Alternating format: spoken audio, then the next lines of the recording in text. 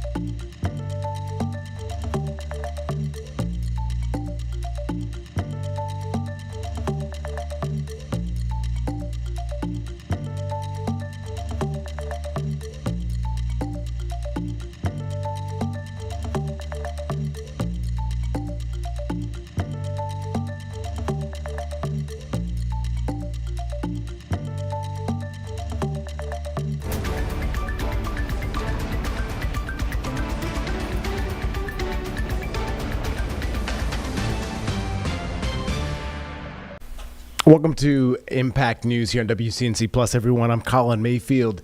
We have 2 hours of news for you, starting with the president speaking with the Japanese prime minister today. Let's go to this. It just happened just hours ago. Thank you very much, everybody. It's great to have you, and we have a very special person. Just won a tremendous election in a record-setting fashion, so you have something in common. And I was very proud and honored to endorse the Prime Minister because of the fact that I felt she was really good. I thought she did a fantastic job. I respect her a lot, so I gave her an endorsement. And she had the most successful election, in my opinion, in the history of Japan, won by the most ever. So we have a very popular, powerful woman. And she's a great woman. We have a very fine relationship, and we're going to be talking about trade and many other things. And it's an honor to have you. Thank you very much. 皆様ありがとうございます。本日は非常に特別な方にいらしていただいております。歴史的な選挙の圧勝ということで、私と共通するものがあると思います。私たちは素晴らしい絆を持っておりまして、だからこそ私の方からも応援のメッセージを出させていただきました。素晴らしい人であり、私も心から尊敬している方です。日本の歴史上最も素晴らしい選挙で圧勝したということで、人気の高い女性であり、すごい方だと私も思っております。本日に関しては貿易その他の課題について多く話をする予定です。Thank you, for inviting me to the White House today. Thank you. So, my visit is timely. So, given the current situation, so. Oh, please, yes, Okay. absolutely. You have a very good interpreter. Yeah. Who I've known for, Your friend. who I've known Your for a long friend. time I know, I with know. Shinzo. Your Right? friend.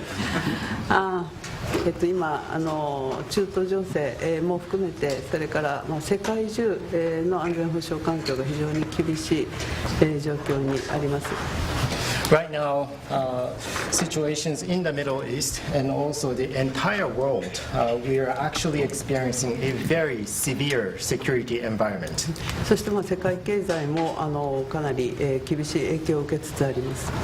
And also the global economy is now about to experience a huge hit because of this development. でも私は世界の繁栄とそして平和に貢献できる世界中に平和と繁栄をもたらせるのはドナルドだけだと思っています。But even against that backdrop, I firmly believe that it is only you, Donald, who can achieve peace across the world. そのために私は諸外国に働きかけてしっかりと応援をしたいと思っています。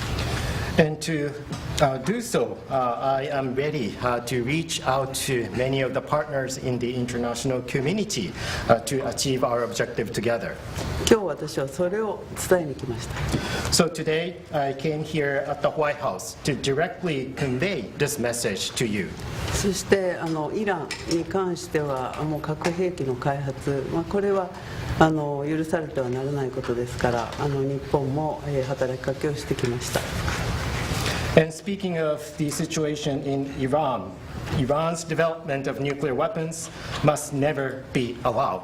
And that is why we, Japan, have been urging them and also reaching out to other partners in the world. そして我が国は周辺国に対する攻撃、ホルムズ海峡の実質的な閉鎖についてもこれは非難をし、そして茂木外務大臣からもイランの外務大臣に対してそれをやめるように申し入れをしてきました。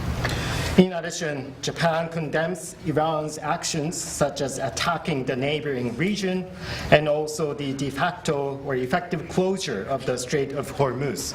As a matter of fact, my fellow minister, Minister Motegi, Foreign Minister Motegi, also had the direct exchange with the Iranian foreign minister and urged Iran to stop such activities. Yeah, you'll let me know. You'll let me know. それでとにかく今、中東だけじゃなくてインド太平洋の安全保障環境も大変厳しい中にあります。そんな中でドナルドが日本に深い信頼を寄せてくれて、で揺るぎない同盟にコミットメントしてくれていることに感謝をいたしております。And also the security environment in the Indo-Pacific region is also becoming increasingly severe. Donald, you have shown deep trust in Japan and also the unwavering commitment to the Japan-US alliance. Once again, thank you very much for that. 今日は日本とアメリカが共に強く豊かになっていくための話し合いをしたいと思っています。And today, I look forward to having a discussion on how we can cooperate to make our two nations, both Japan and the United States, stronger and more prosperous. それから世界のエネルギーマーケットを落ち着かせるための提案も持ってまいりました。And I also brought specific proposals to calm down the global energy market. でこの後主に、経済安全保障、重要鉱物ですとかエネルギーに関する協力、そしてお互いに強い経済を作るための、成長のための話し合い、経済成長のための話し合いをしたいと思っています。Thank you, Donald. So today, I really look forward to having our discussion, particularly focusing on our collaboration in economic security in the important areas such as energy and rare earth minerals, and also I look forward to discussing with you how we can make our two economies stronger moving forward. Thank you very much. Well, thank you very much, and you're doing a great job. Again, congratulations on the biggest win in the history of Japan. That's not bad. That's a pretty long history. That's a large nation with with a great reputation, but it's a tremendous victory. Congratulations to everybody. Very proud of you. Very proud of you. We've become friends, and I'm very proud of the job you've done. It's not easy. Any questions, please? Mr. President, are you fully satisfied with the level of support that you're getting from Japan on Iran, including around minesweepers? Well, we're going to be speaking about it today. Go ahead, you can go. 日本から平井邸などの支援に関して、その点について今の状況に満足していらっしゃいますか？ We're going to be speaking about it today. We've had tremendous support and relationship with Japan on everything, and I believe that based on statements that were given to us yesterday, the day before yesterday, having to do with Japan, they are really stepping up to the plate. Yes. 非常に日本の方から素晴らしい支援を受けていると思います。おとといのコメントから、日本からはそれに対して非常に力強いメッセージを得ていると私は思っています。Unlike NATO. NATO とは全く違いますね。Please. Mr. President, do you intend to lift sanctions on Iranian oil, and do you intend to potentially put U.S. troops or more troops in the region? No, I'm not putting troops anywhere. If I were, I certainly wouldn't tell you. But I'm not putting troops, and we will do whatever is necessary to keep the price as low. I actually thought when I did this, look, the Dow just hit 50,000 a couple of weeks ago. They said that couldn't happen for 4 years. It wouldn't happen in my term. It's such an outrageous thing because I said it would happen. I didn't know it was going to happen that fast, but it just hit 50,000, and we did that in 1 year, not 4. S&P had just hit 7,000. They said that was even more impossible than the Dow hitting 50, and we did that in 1 year. So it was all done. Everything was going great. The economy was great. Oil prices were very low. Gasoline was dropping to, we had $1.99, $1.85. We had great everything. And I saw what was happening in Iran, and I said, I hate to make this excursion, but we're going to have to do it. And I actually thought the numbers would be worse. I thought that it would go up more than it did. But we're doing this excursion, and when it's completed, we're going to have a much safer world. And the Prime Minister agrees with me on this. She considers it to be terrible what Iran did. I think every country does, just about every country does. Iran is a serious threat to the world, to the Middle East and to the world. And everybody agrees with me. I think virtually every country agrees with me on that. So I wanted to put out that fire. And I said, if I do that, oil prices will go up, the economy will go down a little bit. I thought it would be worse, much worse, actually. I thought there was a chance it could be much worse. It's not bad, and it's going to be over with pretty soon. We've obliterated their Navy. We've obliterated just about everything there is to obliterate, including leadership. Their Navy's gone, their Air Force is gone, their anti-aircraft equipment is gone. We're flying wherever we want, Pete. We have nobody even shooting at us. They have, and as you know, their leadership is gone. Their leaders are gone. They picked new leaders, they're gone. They picked new leaders, they're gone. And now they're looking for new leaders again. We can take out the island anytime we want. I call it the little oil island that sits there, so totally unprotected. We've taken out everything but the pipes. We left the pipes because to rebuild the pipes would take years for them to do. But I would say we are substantially ahead of schedule, and I had to do this. I call it an excursion. I had to take this little excursion and do something that no other president had the courage to do, and everybody wanted to do it, but they never had the courage to do. And I don't blame them. I'm not blaming them. It was left to me, and we've done a great job. Our military is incredible. We have an incredible military.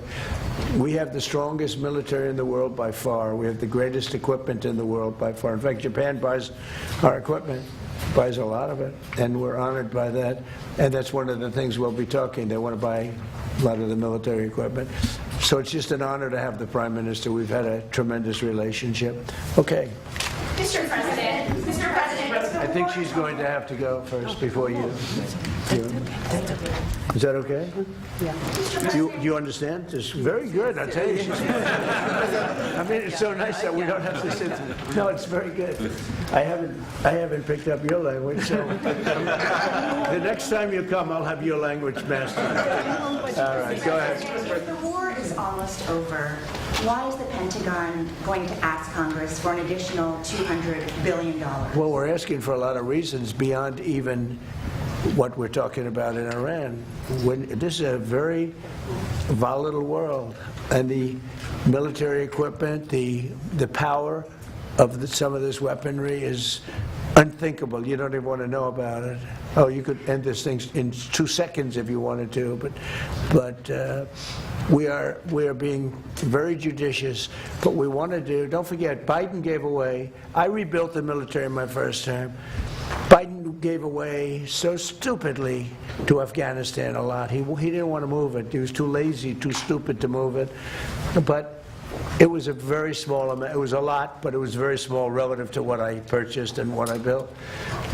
We want to have vast amounts of ammunition, which we have right now. We have a lot of ammunition, but it was taken down by giving so much to Ukraine. They gave so much. Biden gave $350 billion worth of cash and military equipment to Ukraine, and he didn't rebuild anything. Fortunately, we have a lot. We have a tremendous, unlimited supply of what you'd call middle and upper middle armaments and military equipment, munitions, armaments, but munitions in particular. At the high end, we have a lot, but we're preserving it. We don't really need it.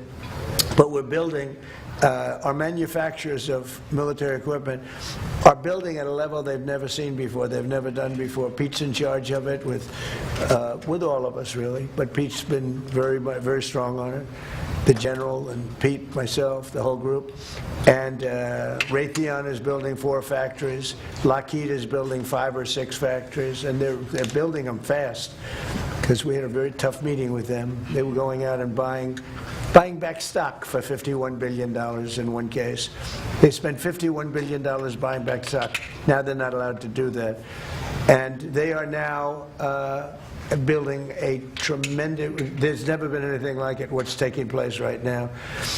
So we're in very good shape, but we want to be in the best shape we've ever been in. We were that, when I rebuilt the military, we were in great shape, and then Biden blew it, and he didn't do anything. He didn't do anything. And if you listen to the Democrats, they don't even want to have a military. Now you see how important it is. But we have the strongest military in the world. We have the best equipment. We make by far the best equipment. The other night, they had 114 rockets shot at a certain location, and out of 100 highly sophisticated rockets, out of 114 sophisticated rockets, every single one of them was shot down with our equipment, all our equipment. It's amazing, actually, how good it is. So we want to be sure, and it's a small price to pay to make sure that we stay tippy-top. Mr. President, you said... Mr. President, the Treasury Secretary this morning said there were defections among Iranian leadership. Are you aware of that, and is there anybody the U.S. can work with as a leader going forward? Well, we have a man named the Treasury Secretary here, so maybe he wants to discuss it. Does anybody know? Do you know who he is? Central Casting. Yeah, so we are seeing the defections at all levels as they're starting to sense what's going on with the regime. It doesn't get reported here in the U.S. very well, but we are trouncing them from the air, and the regime will probably collapse within itself. At Treasury, we've seen where they've wired their money out of the country. We're coming for that. We're going to get it back to the Iranian people. Are you seeing defections? Israel. There's a lot of military defections also. You have a lot of military defections in Iran. I don't blame them. Thank you, Mr. President. Have you talked to Prime Minister Netanyahu about attacking the oil and gas fields? Yeah, I did. I told him don't do that, and he won't do that. We didn't discuss. We do. We're independent. We get along great. It's coordinated, but on occasion he'll do something, and if I don't like it, and so we're not doing that anymore. And the last one, if I could, the Fed chairman told me yesterday that he plans to stay until a new Fed chairman is confirmed, and he also plans to stay on the board until the investigation of the Federal Reserve is done. Well, he's under investigation because he's building a building for hundreds of billions of dollars more than it's supposed to cost. The building you see over there is under budget and ahead of schedule. That's the ballroom. The ballroom is a much bigger building. It's a much more complex building than what he's doing, and it's at a fraction of the cost. Something is going on, whether it's contractors. That's what I do best in the world. I build great buildings. I've always done it, and I build them under budget and ahead of schedule. They could have $4 billion. This is a renovation job for $4 billion. And if you look at the building, it's not even, I don't know if Kevin Warsh is ever going to be able to move into it. It's been under construction for years. It's the most expensive building ever built. Now, I know it's gross incompetent because I happen to think he's grossly incompetent. Today, certainly you should be lowering interest rates, all right? Certainly, who would not lower them? But he's stubborn, and he's got Trump derangement syndrome. But a lot of people have that, it's not a curable disease. But he's also building, he should be lowering rates immediately. But he won't do that because he's a stubborn, incompetent person, and that's a bad thing. When you're stubborn and incompetent, I think it's the worst combination. And he's also not a smart person. But he's building a complex over there that's under his jurisdiction. He started it, and it's out of control. It's billions of dollars for a little building. I could have done that building and made it beautiful for $25 million. $25 million, and it would have been beautiful. Look what I've done at the White House, fixing it up, and the place was in bad shape. You see the floors and everything. It was in bad shape. I could have made that building beautiful for $25 million. They're spending $4 billion. All right. So there is criminality. Maybe it's with the contractor, but because I know more about contractors than any human being maybe that's ever lived. But that contractor is a very rich man. Whoever the contractor is, and we know. But whoever the contractor is an extremely rich man. He's going to make, he could make millions of dollars. I'm hearing numbers from $3 to $4 billion. That would make it the most expensive building on a square foot basis ever built in history. And you're not even building a building, it's a renovation. The exterior skin is staying, the steel is staying, the structure. So all I want to do is bring out to the public that this guy is an incompetent. He's a very incompetent guy.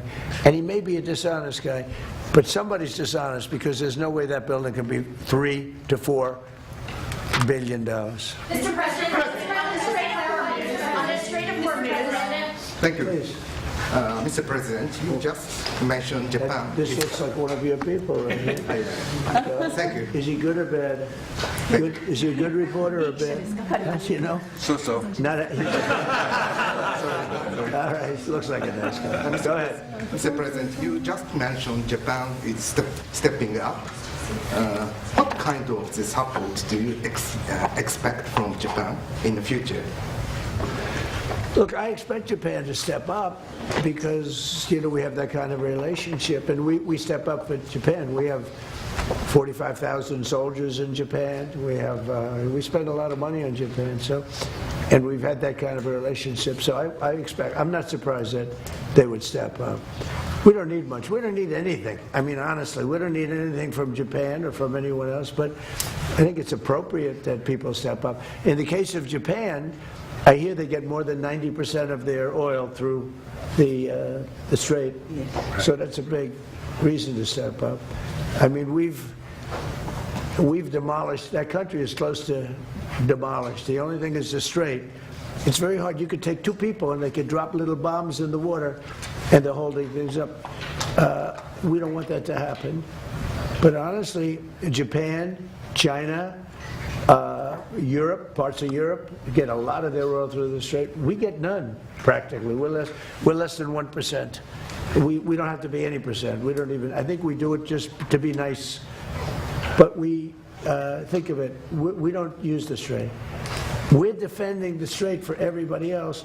And then in the case of NATO, they don't want to help us defend the strait, and they're the ones that need it. But now they're getting much nicer because they're seeing my attitude. They're getting much nicer. But as far as I'm concerned, it's too late. UK wants to send aircraft carriers now.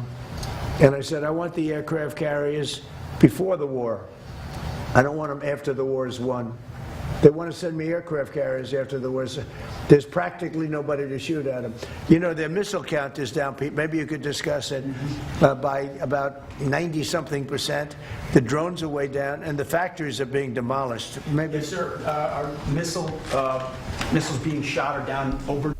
Hey, folks, going to take a quick 2-minute break. We'll come back right after this.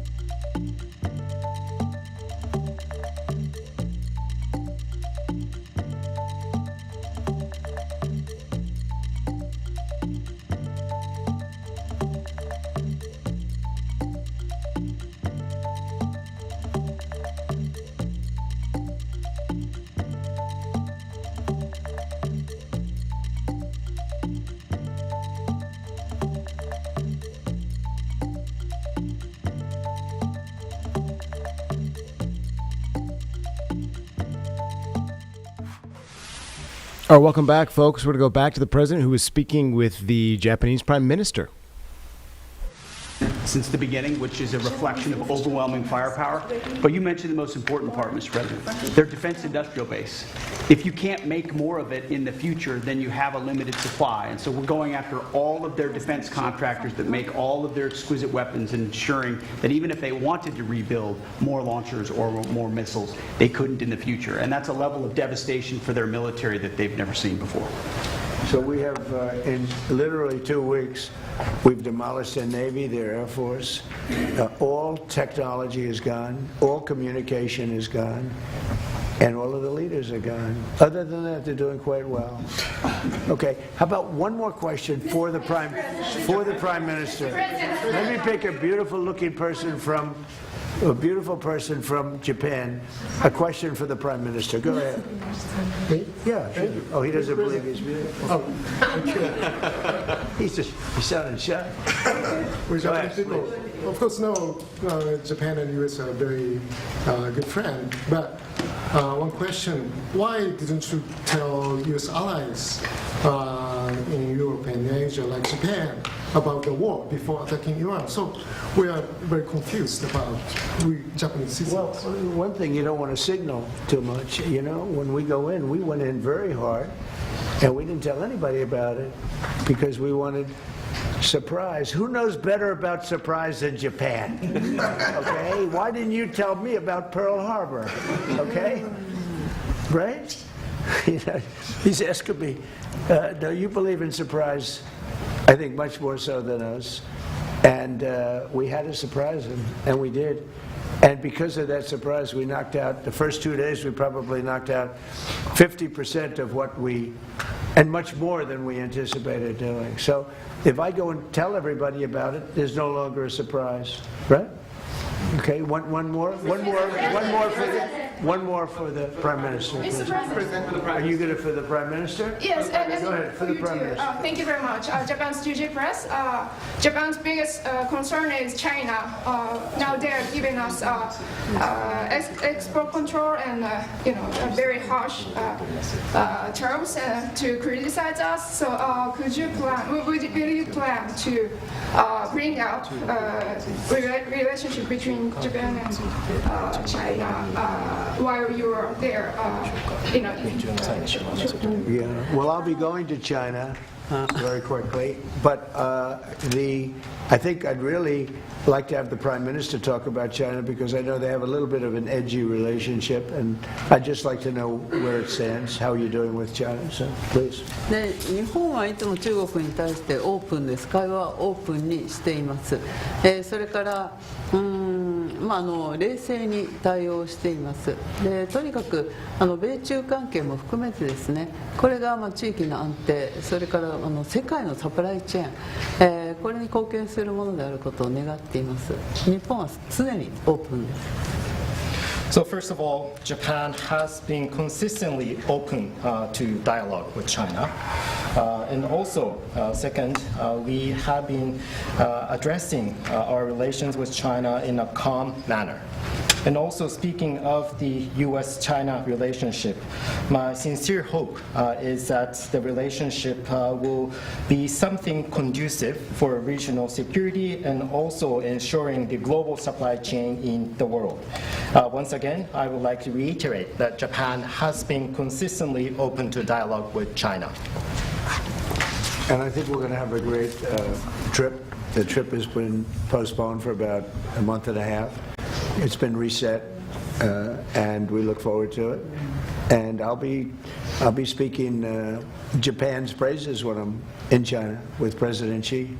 But we're going to have some good talks today, and I think mostly about trade because they want to do a lot of trade. They're a tremendous purchaser of our energy, our oil, gas from, in particular, Alaska. Because Alaska, believe it or not, is very close. It's much closer than any other source.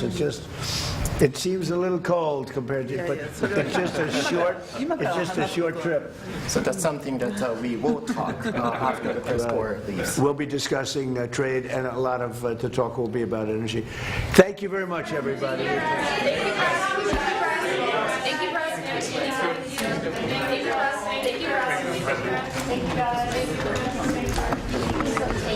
Thank you. All right, folks, that was the president and Japanese prime minister talking together, not just about Iran, but Strait of Hormuz, economics, of course, and just the global state of things around the war in Iran. We're going to take a quick 2-minute break again. We'll be back with more news.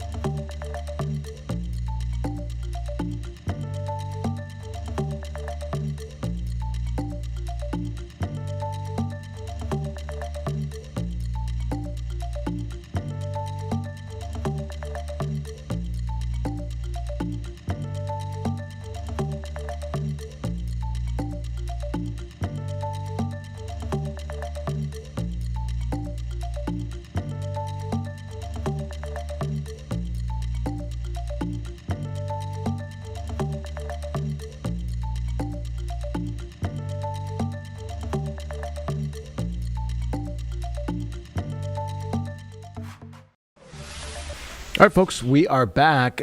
PSA Airlines had a presser today. The governor speaking about their new headquarters here in Charlotte and the economics, the impact that's going to bring here to the city of Charlotte and Mecklenburg County. Let's go to this, happening just hours ago.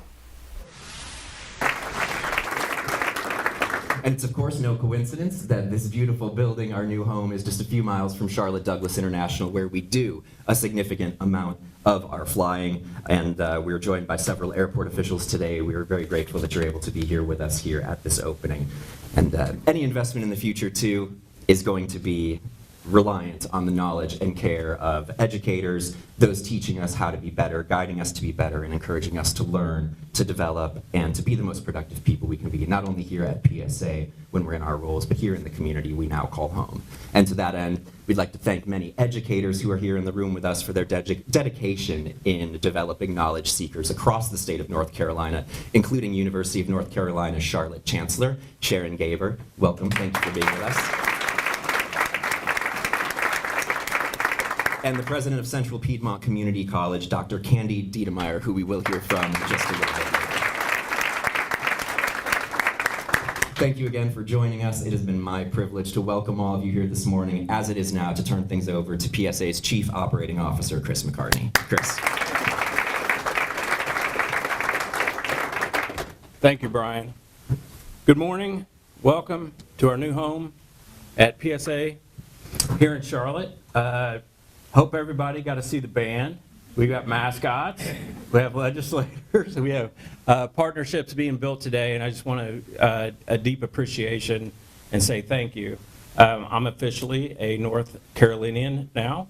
I have a license plate and I have a driver's license, so I am officially here. Took us a while to get here, but we are here. Again, my name is Chris McCartney. I'm the Chief Operating Officer here at PSA. My primary role and responsibility and obligation to the airline is to ensure that we have all of our aircraft crew members and hardware ready for a daily operation, a reliable, safe operation to supply the demand and the needs for the Charlotte hub. We have 4 hubs that we operate out of, Charlotte being one of, Dallas-Fort Worth being second, Washington, D.C., and Philly and Chicago O'Hara. For those that don't know a lot about PSA, I'll give you some facts. We fly over to 100 different destinations, as far north as Canada, as far south as Caribbean, so we are in international waters. Looking specifically at Charlotte, we operate around 110,000 flights per year into, so departures and arrivals, into Charlotte alone. Breaking that down, it's almost 500,000 people in and out of Charlotte every single month. So from a people perspective, we move a lot of people in and out of Charlotte. If you look on the walls around us, you'll see a flight aware. Those are actually live flights being flown today, if anyone's interested in those. Here in Charlotte, we have a crew and maintenance base.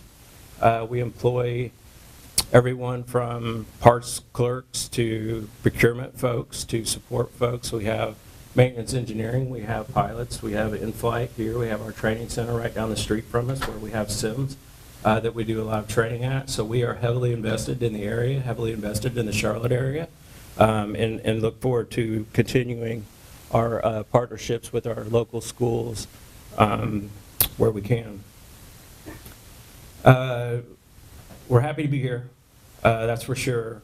I moved my family here from Nevada. I've been here right around 6 months, so I know Dean's taken this as a 5-year journey for him. So just wanted to give a quick shout out again and thank Governor Stein, Mayor Pro Tem Mitchell, Chairman Jarrell, and the other elected officials, community leaders who are here today with us, and we look forward to continuing our partnerships and embark on our next chapter here in Charlotte. Thank you very much.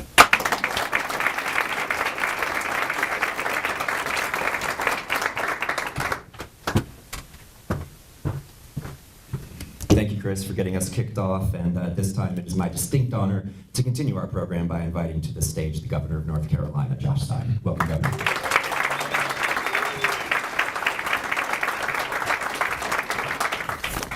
Good morning, everyone. Good morning. Chris, how was your experience at the DMV getting that new driver's license? We should talk about that. We will talk about it, and we will keep improving our DMV.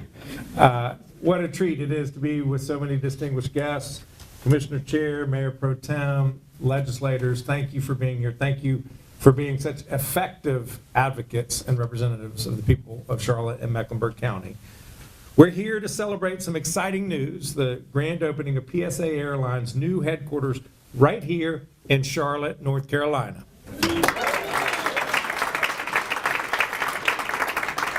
This milestone proves what we have long known, that North Carolina is not only first in flight, we are the future of flight.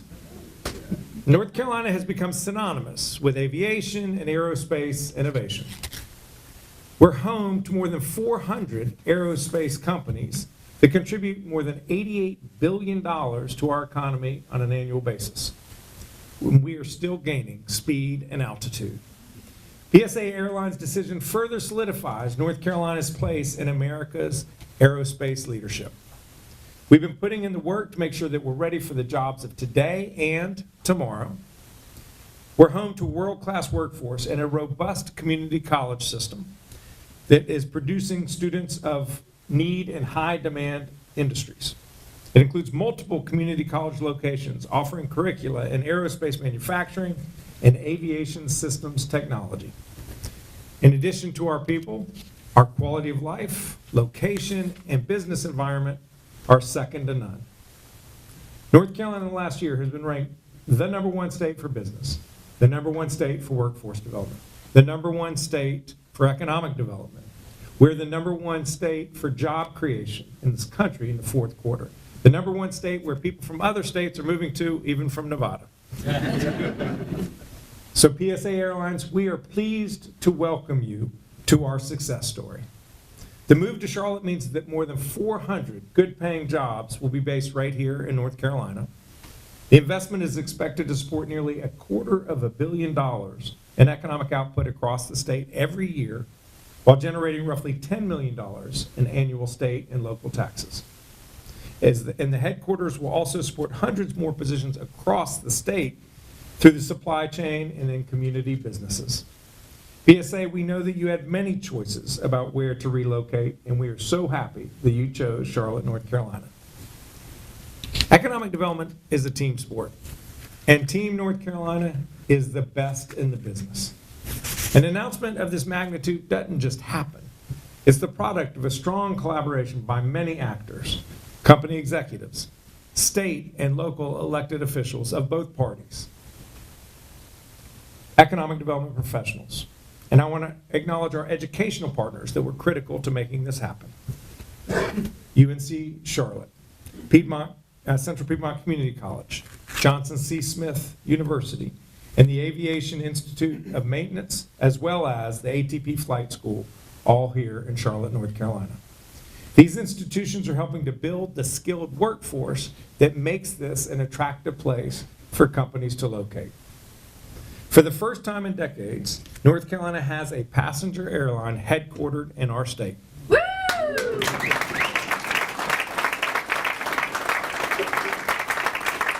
That is certainly something worth celebrating. It reflects the strength of our aviation industry, the quality of our workforce, and the collaborative partnership that makes projects like this possible. We look forward to watching PSA Airlines soar to even new heights from their new home here in Charlotte. And I look forward to partnering with all of you to keep building a safer, stronger, and more prosperous North Carolina with real opportunity for every person. Thank you all so much for having me.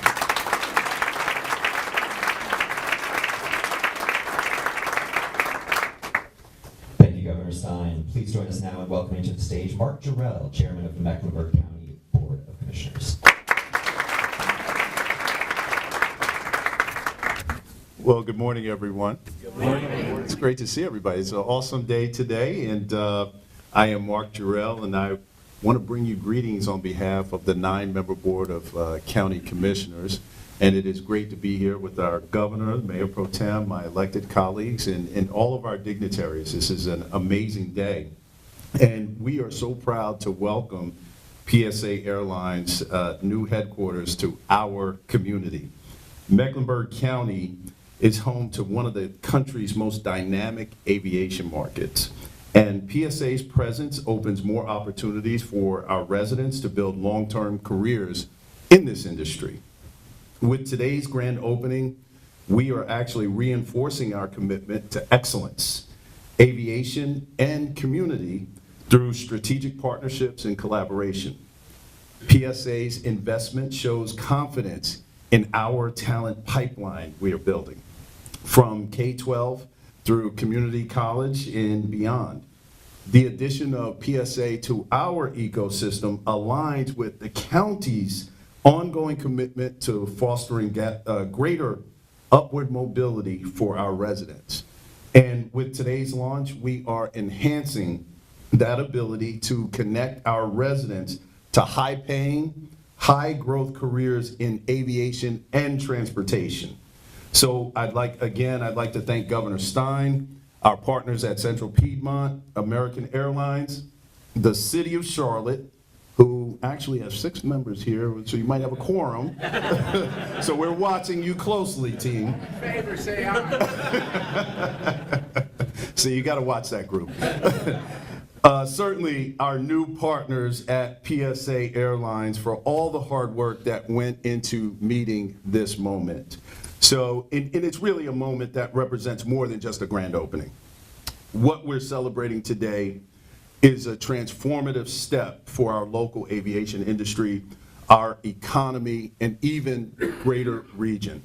So through collaboration with CMS, we have the opportunity to expose our students early to the possibilities in aviation. Not to mention CPCC's aviation and advanced manufacturing programs that align directly with the needs of employers like PSA. From maintenance and engineering to IT, logistics, and operations. So I know I speak for everyone in this room when I say we can't wait to bear witness to the positive impact that PSA will have in this community. So to the entire PSA Airlines team, welcome to your new home.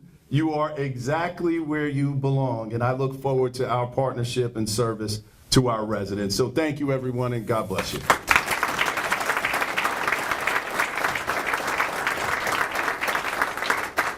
Thank you, Chair Jarrell. Next, please welcome to the stage Charlotte Mayor Pro Tem James Mitchell.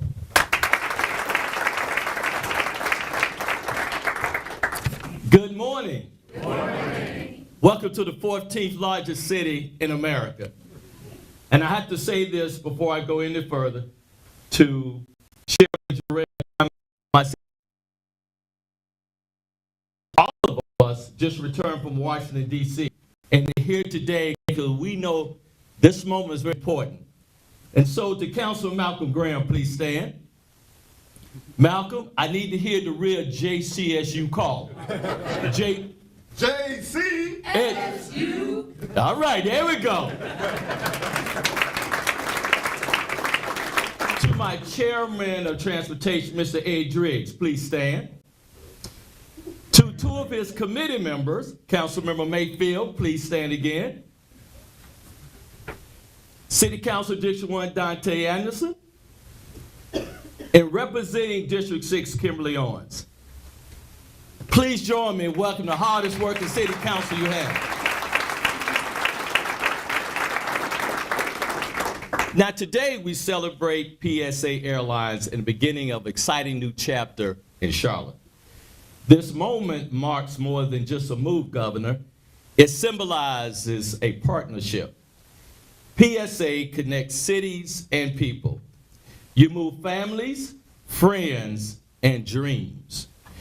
That's a powerful work that strengthens our community wherever you fly. Your decisions to plant deeper roots in Charlotte speaks volumes. It brings talent, new energy, and new jobs. It means more opportunity for our residents in our region. It means growth, not just for PSA, but for the entire aviation field that supports our local economy. Charlotte Douglas International Airport, affectionately we call what? CLT. Oh, no. We call what? CLT. Thank you. It's the 6th busiest airport, but one of the best connected in the nation. Your presence here adds to that excellence and helps our position as a city and the leader of air travel. Together, we're powering a network that moves people and propels progress. Transit builds a city that people choose to live in. Your investment shows faith in that vision. Faith in who you are becoming and what we can achieve together. PSA, thank you for choosing Charlotte. Thank you for believing in this city and the people who make it work.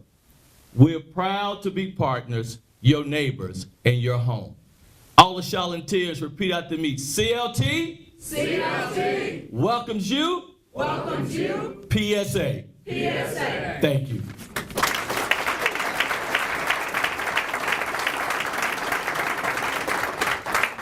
Thank you. Please welcome to the stage now PSA Vice President of People, Christine Hollinshead. Good morning, everybody. I don't know, I think we should hear that CLT one more time. Good morning, everybody, and thanks so much for being here today. We are sincerely so excited to be inviting all of our partners, government officials, and those to support our transition here to Charlotte and PSA. As the leader of the people team, my team, PSA, we get to fuel the airline, fuel, no pun intended, we get to hear some aviation puns today, with our people. And with that starts with being in Charlotte, which is an incredible place to put down roots for talent, for people and opportunities. And with our headquarters being new here in Charlotte, our hiring team, many of them are here today, have always welcomed team members to join PSA. We've actually been hiring in PSA for the last 10 years that I've been at the organization. And now we get to do that even more. Here in one building, one team, one campus, one culture. And as a matter of fact, when we kicked off our relocation announcement in January of 2025, pretty close to the end of the year, we saw 35,000 applications to fuel the opportunities and the positions that we had open. And now we've nearly reached almost 100% of those opportunities that were open as a result of the relocation. But being in Charlotte is more about recruiting. It's about being part of the community as well. And we need to continue how much we're going to be generating pathway programs and opportunities here in Charlotte. Each year, generally, we hire around 1,200 team members. And with that, we're proud to be able to bring in opportunities that support our crew, that support the operation, our safety, our maintenance professionals. And so to do that, we're really proud to invest more time in building partnerships and creating pathway programs. And one of the meaningful ways that we'll get to do that is a brand new partnership with Central Community College, Piedmont. And we're just hot off the press with a new MOU to do that. And so we're proud to announce a strategic partnership between PSA and Central Piedmont. And we're excited to expand further commitment. And with that, we get to continue to celebrate local and educational opportunities with Central Piedmont, with other organizations that will fuel more opportunity. Okay.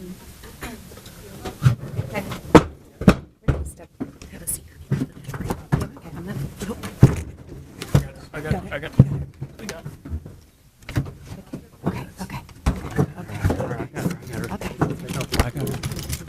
You're okay.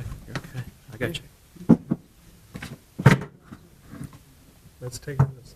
Lay it down. Just walk with me. One second.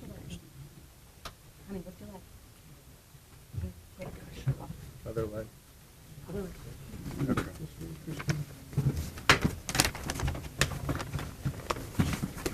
There you go, man.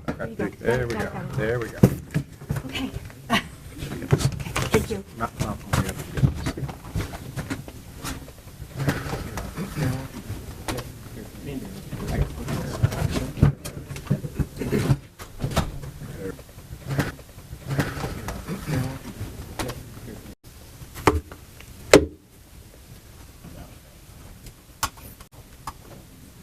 Strong communities are built as a family. This is how we show up for each other. Thank you, Christine. I'm going to finish her remarks so we can acknowledge some of the other partnerships that we have here. So we are hot off the presses with, as you can see, a commitment to Central Piedmont, $50,000 over 5 years to support scholarship opportunities. We'll let Dr. Dietermeyer say a little more about that. But also want to announce that we are expanding our commitment even further with other higher education partners, including Johnson C. Smith University and UNC Charlotte. Both will receive $10,000 in scholarships for each institution to support their aviation-focused programs. These investments reflect our belief that strong communities are built through education, opportunity, and access, and that the future of aviation careers is right here. With that, I want to acknowledge our great partners with UNC Charlotte, Johnson C. Smith. Congratulations, and thank you for your support on the scholarship front.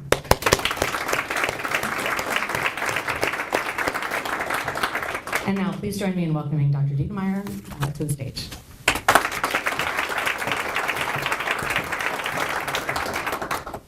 Good morning, everybody. Good morning. I'm going to take a moment of privilege, and I hope it'll be welcomed. I'd just like to take a second, and if everybody just could, in your own moment, just think of Christine. Let's just pray for her and her family. And so, on behalf of everybody in the room, just if everybody could just take a second, including our crew, our media. Thank you.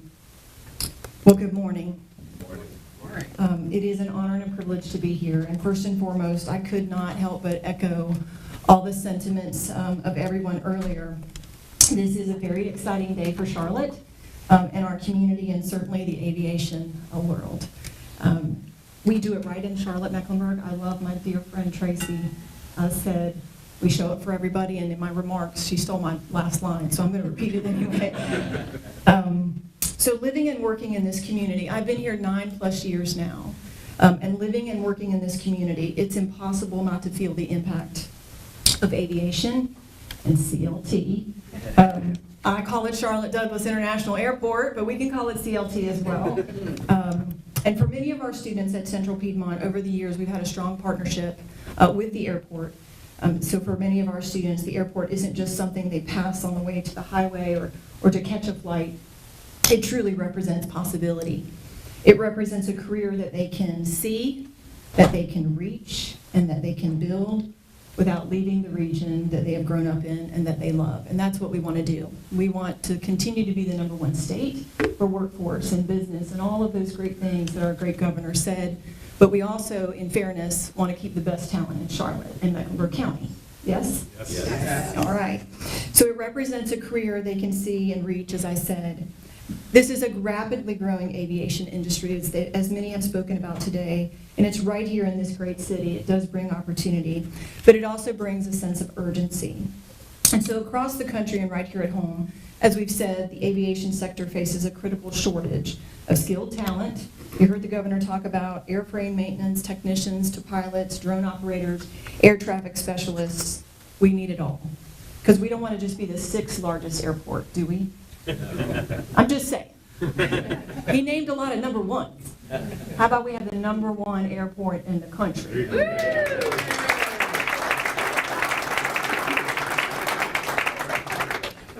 Well, across the country, as I said, we're short some workforce, and so that's why our new training partnership between Central Piedmont and PSA Airlines matters. To support PSA Airlines and your scaling operations here in Charlotte, we need a local, reliable pipeline of well-trained aviation professionals. And while I get to stand here today and represent the partnership that they are creating with Central Piedmont, I want to also acknowledge the other partners in the room. Our region has a strong higher educational and public education system, and we work in connection, just like those airplanes you see. And it matters. So I want to say thank you to UNC Charlotte, to JCSU, to all of the others that were mentioned. All of us working together, it makes a difference. So thank you to our partners who are in the room as well. Please give them another round of applause.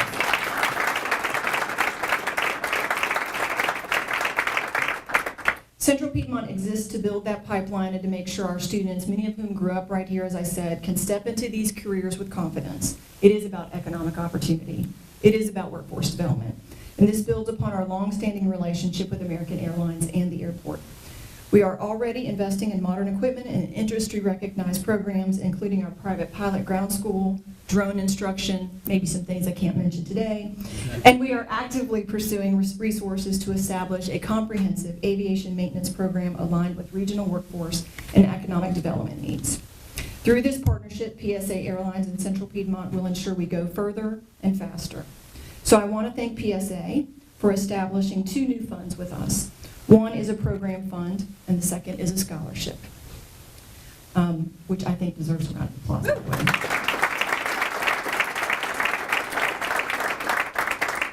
Through the new partnership, PSA will open doors for our students through internships and access to real-world environments.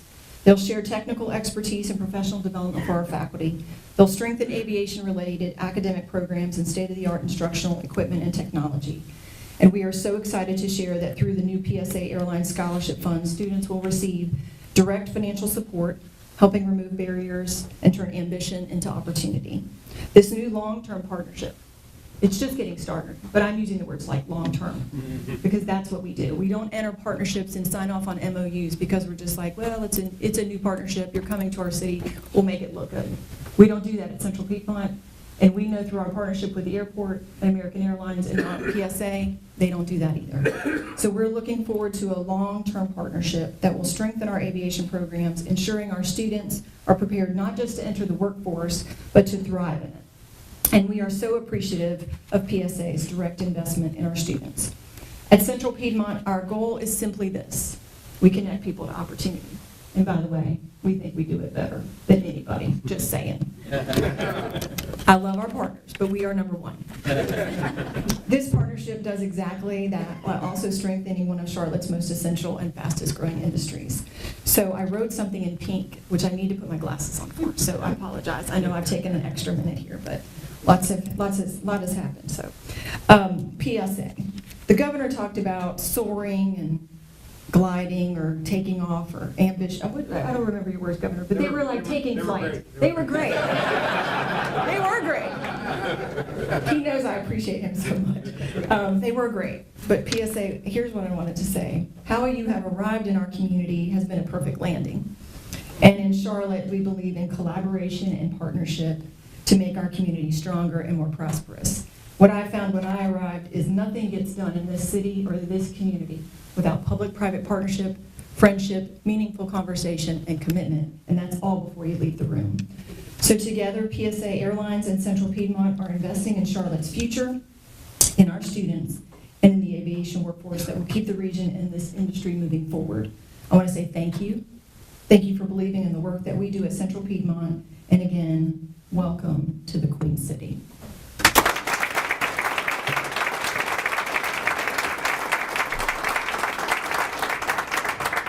Dr. Dina Meyer, please welcome to the stage now PSA CEO and President Dean Flannery.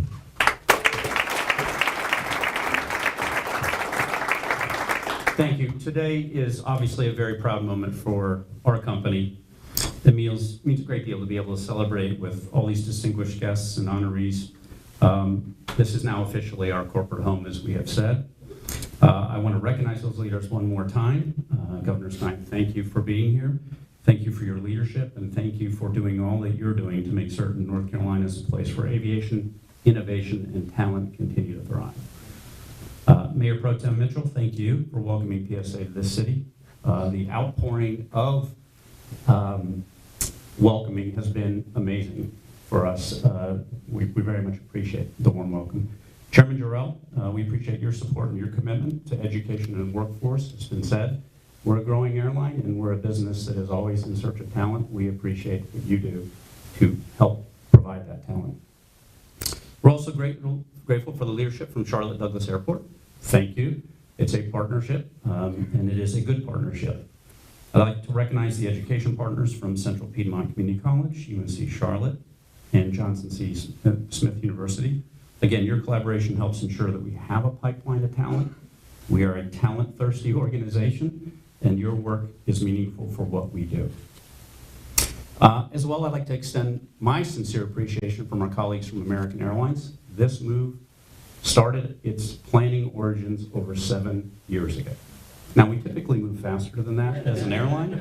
COVID got in the way, and other things as well. But once it started getting rolling, the partnership that we got from American Airlines was phenomenal. This was a carefully coordinated and well-organized plan. Moving a logistics business that has 750 flights a day across the country and not missing a beat is a big feat. And it was done fabulously through the help of our partners at American. So thank you very much for American's help.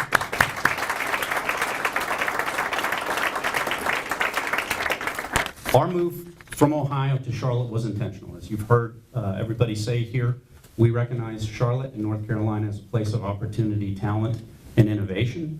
PSA and American did not seek nor receive a single dollar for this move. We bet on the proposition that this community can serve us well. And boy, were we right. Christine mentioned it. We posted 140 roles last January, and we have over 30,000 applications on file for those opportunities. So the thesis that Charlotte was where we needed to be has been proven to be completely true. And as Governor Stein mentioned, we are the only Part 121 commercial passenger airline headquartered in the state of North Carolina, and proud to be so.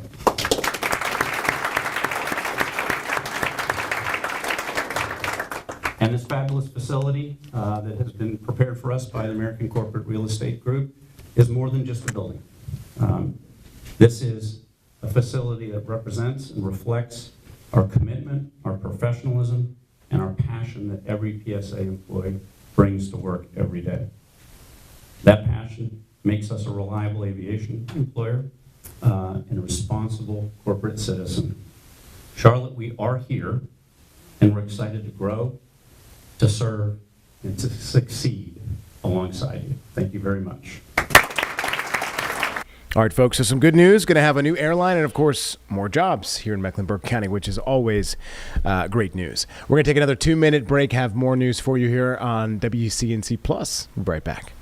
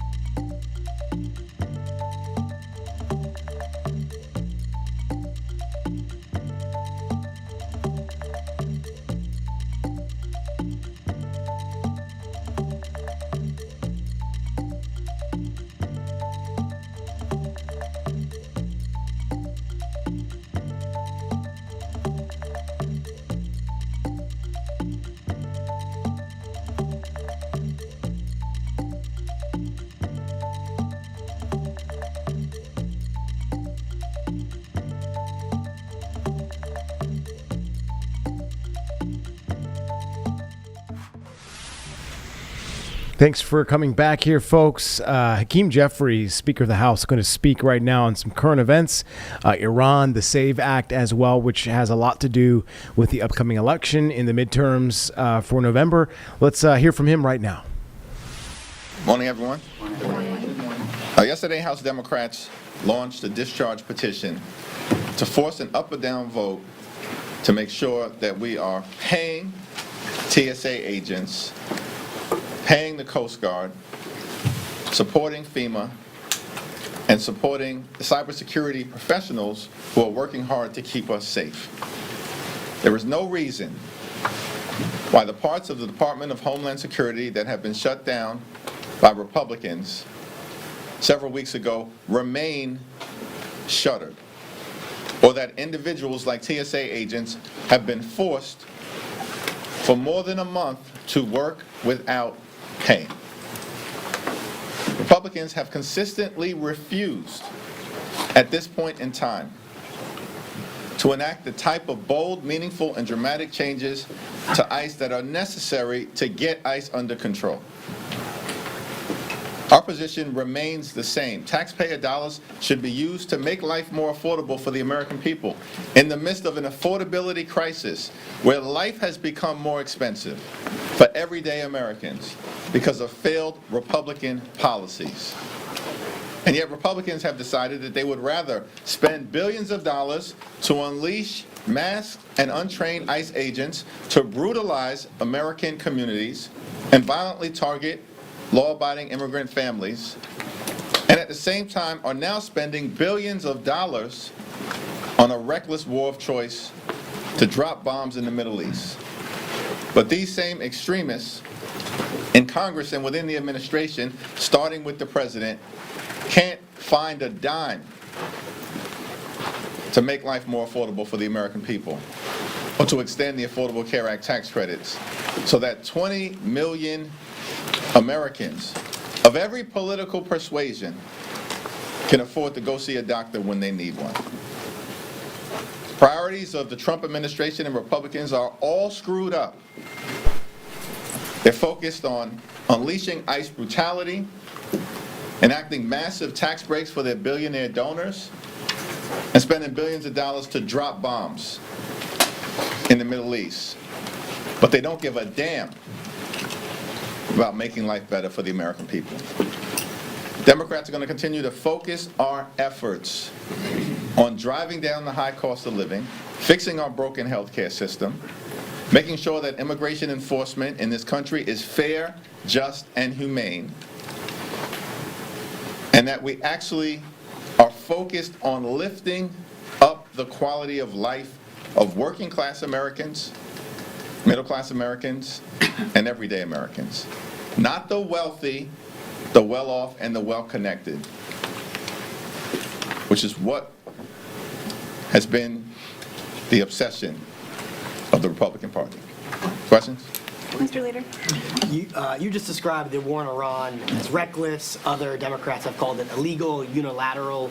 Do you think what the president is doing in Iran rises to the level of an impeachable offense? And do you think it is worthwhile overall to try to impeach the president again? What we're focused on right now is stopping this reckless war of choice, and we will bring another War Powers resolution to do just that in short order. And I expect strong Democratic support for that War Powers resolution, including amongst some who previously may have voted against it earlier in this war. And all we'll need is a few Republicans to join us so we can stand up for the American people who are overwhelmingly opposed to Donald Trump's reckless war of choice. Mr. Leader, thank you. What's your message to TSA workers who are going without paychecks, people who are suffering in these long lines preparing to travel, who don't care about the finger pointing, who don't care about the politics, they just want Congress to get to some solution? What do you say to them? Why can't this be figured out? We should be able to get this done today.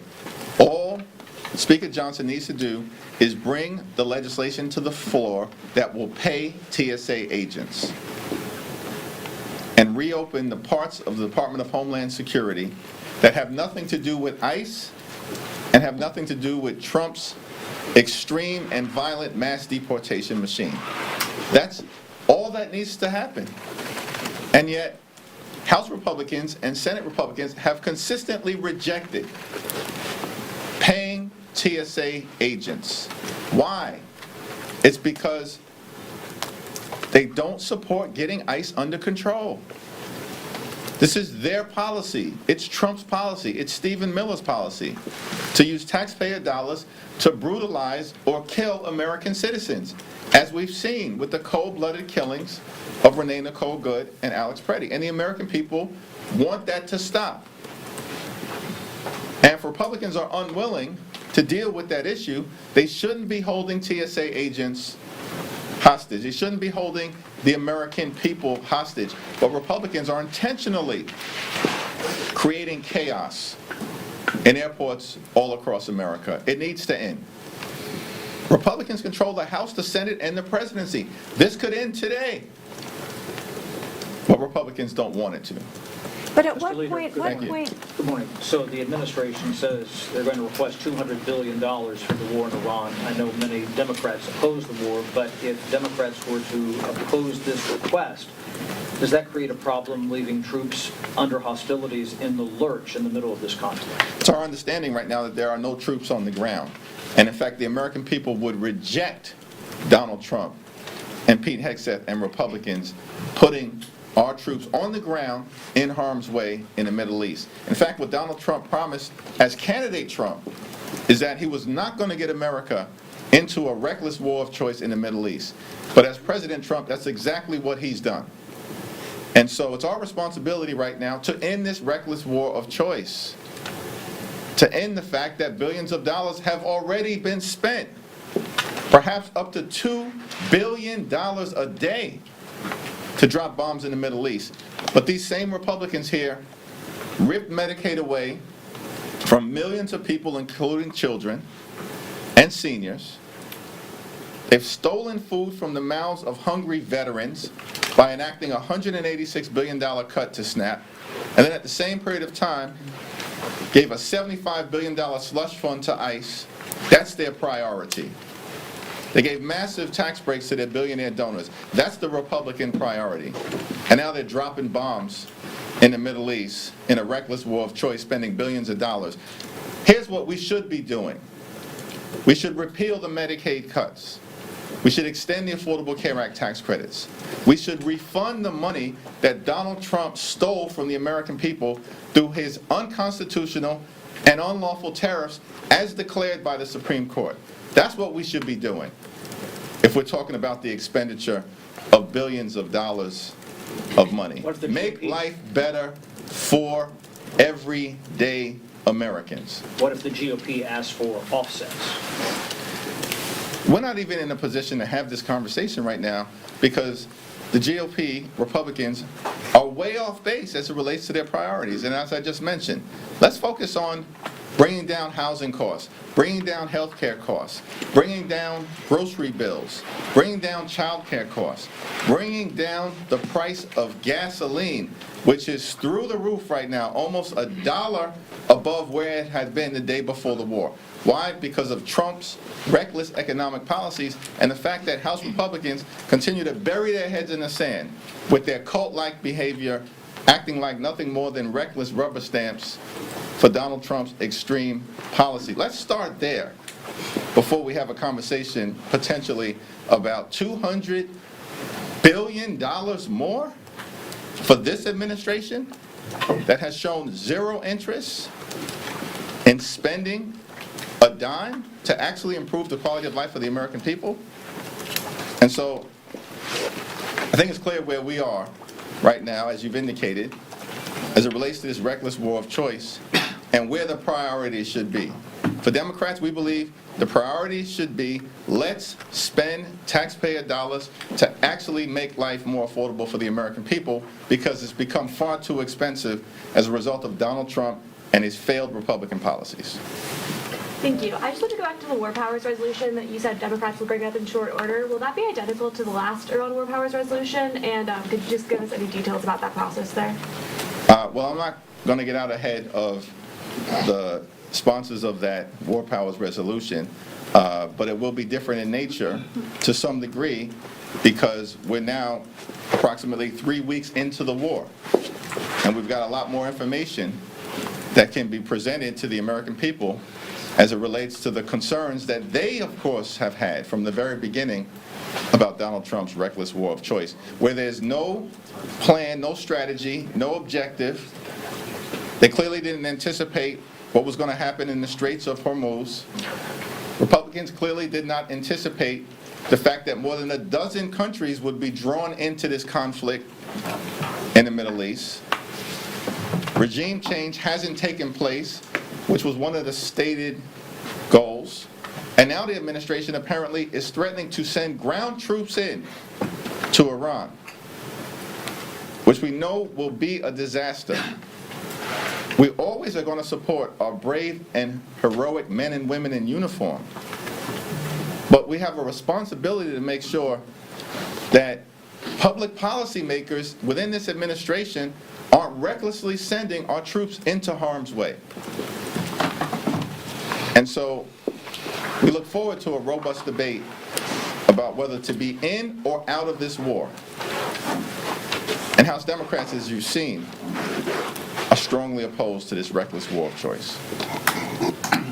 Thank you, Mr. Leader. You mentioned that Congress and the Trump administration should be focused on making life better for the American people. You mentioned the high cost of housing as a priority that lawmakers should be focused on. Last week, the Senate passed what they call a comprehensive bill that would remove red tape and increase the supply of housing, thus lowering costs. In their argument, there are some House Republicans who are opposed to that bill who are saying that they would like to go to conference with the Senate. That would prolong the process of lowering the cost of housing. Where do you stand on how Congress should be addressing the high cost of housing? Do you think that Congress should, the House should pass the Senate bill?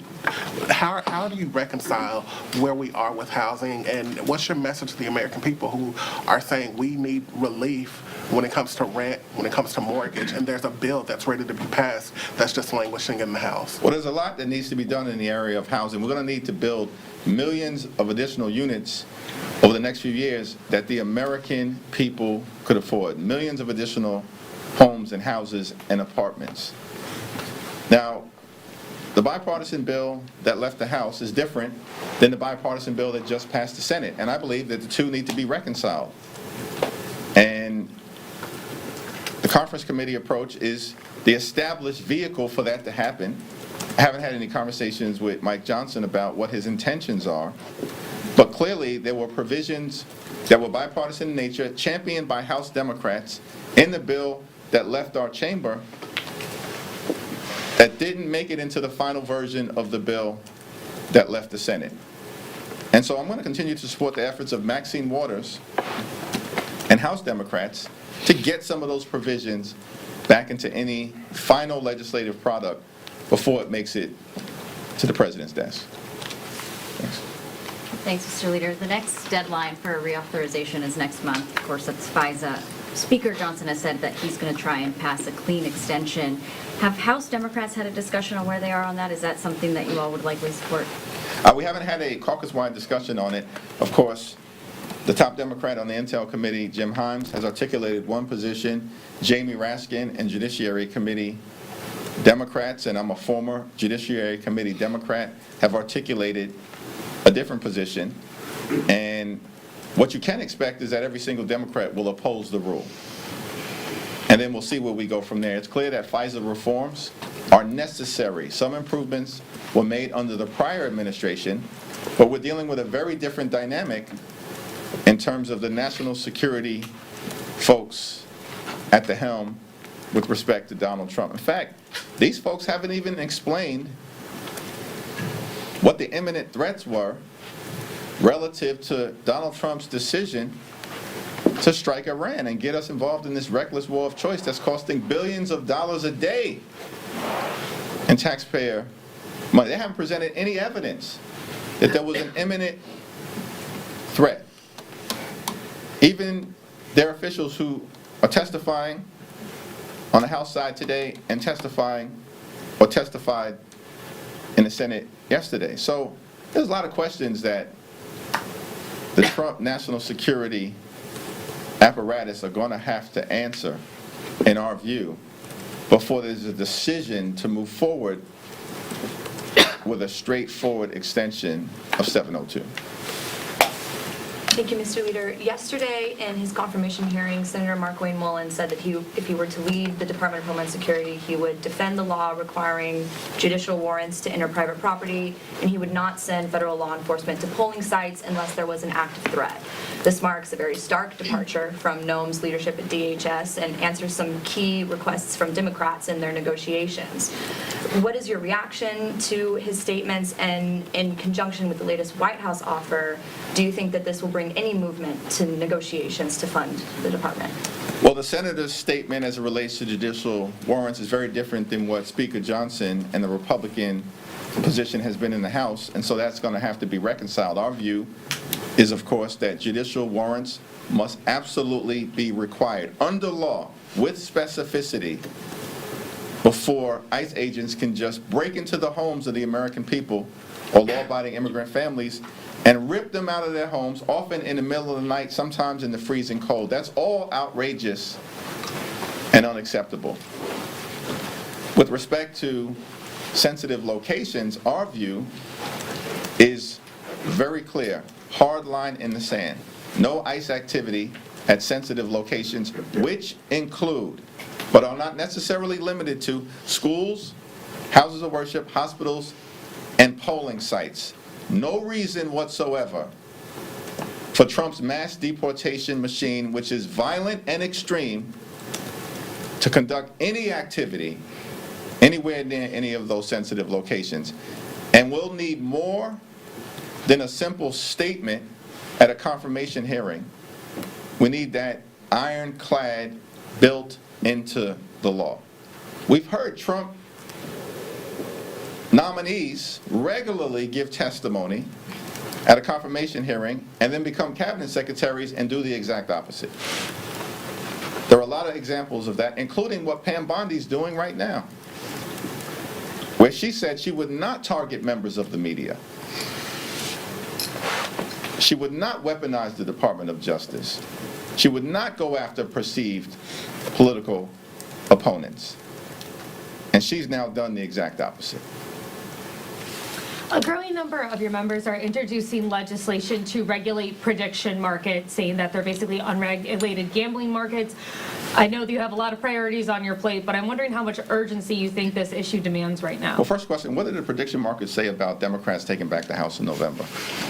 It's actually pretty good. I don't know if that skews you at all. Well, I'm interested in that and what they have to say about St. John's making it to the Final Four. That said, I do think it's reasonable for us to take a look at what can be done in this space and to try to find a bipartisan path forward, working with all of the stakeholders in this area. What's stopping Johnson from bringing the TSA legislation to a vote? Well, the reason why Johnson is not bringing the TSA legislation to a vote is that Republicans have clearly made the decision to hold TSA agents hostage, to create an inconvenience for millions of Americans all across the country, and to jam chaos at airports down the throats of the American people. That's the only justification right now for the fact that TSA agents aren't being paid, that FEMA and the Coast Guard and our cybersecurity professionals have effectively been shut down in terms of their ability to conduct their normal day-to-day operation. Republicans have made that affirmative decision. These are extreme people. These are extreme people. They're not serious people. These are extreme people. We saw that the other day with James Comer, once again behaving like a malignant buffoon, attacking Summer Lee. By the way, Summer Lee, who's brilliant, she's hardworking, she's caring, she's compassionate, and she was right that Pam Bondi should absolutely be compelled to testify under oath. That was a charade that took place yesterday. And James Comer should publicly apologize and then take a seat for the rest of this Congress and keep his mouth quiet. Thank you, everyone. Miami's still just a nice story. After the win. All right, folks, going to take another 2-minute break. We'll have more coverage here for the next 30 minutes right here on WCNC Plus.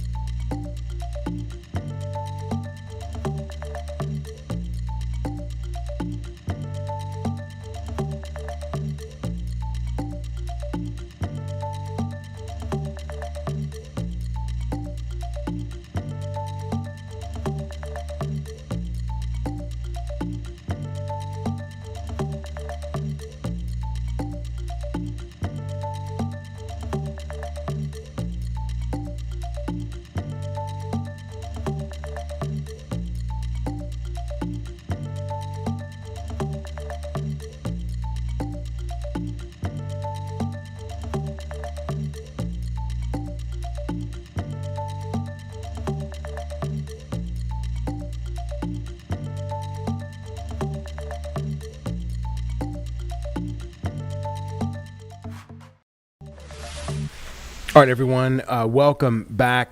There is an honor being given to one of the Supreme Court Justices, Sandra Day O'Connor. It just happened just hours ago, so let's go to this right now. Good afternoon, everyone. Welcome to the Supreme Court of the United States. The bar meeting will begin momentarily, so if everyone will please take their seats at this time. Thank you.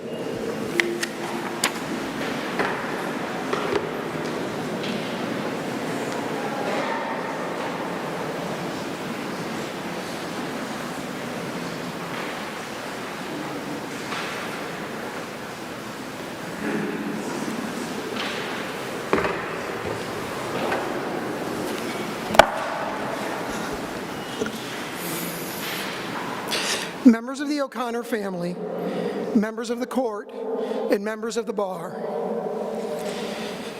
This meeting of the Bar of the Supreme Court of the United States has been called to honor the memory of Justice Sandra Day O'Connor, who served as an Associate Justice of the Supreme Court from 1981 until 2006. In addition to her time on the court, Justice O'Connor served with distinction in all three branches of government in her beloved home state of Arizona. As an Assistant Attorney General, Majority Leader of the Arizona State Senate, and a judge on the Arizona Court of Appeals. She was a fearlessly independent jurist and an inspiring figure who permanently expanded the boundaries of possibility for professional women. I express my appreciation to Chief Justice Ruth McGregor and Chief Justice Scott Bales, who co-chaired the Arrangements Committee for this meeting, and to the members of that committee, Chief Judge Sri Srinivasan, Judge Richard Taranto, Lisa Curran-Griffin, and Deborah Jones-Merritt. I also express my gratitude to Judge William Nardini and Patricia Balia, who co-chaired the Resolutions Committee, and to the members of that committee, Deborah Jones-Merritt, Kent Siverud, Judge Adalberto Jordan, Eugene Volokh, Catherine Adams, Stuart Dellery, Richard Bierschbach, Anoop Milani, Judge Michelle Friedland, Christina Rodriguez, Justin Driver, Kristen Eichensehr, and Ellie Savitt.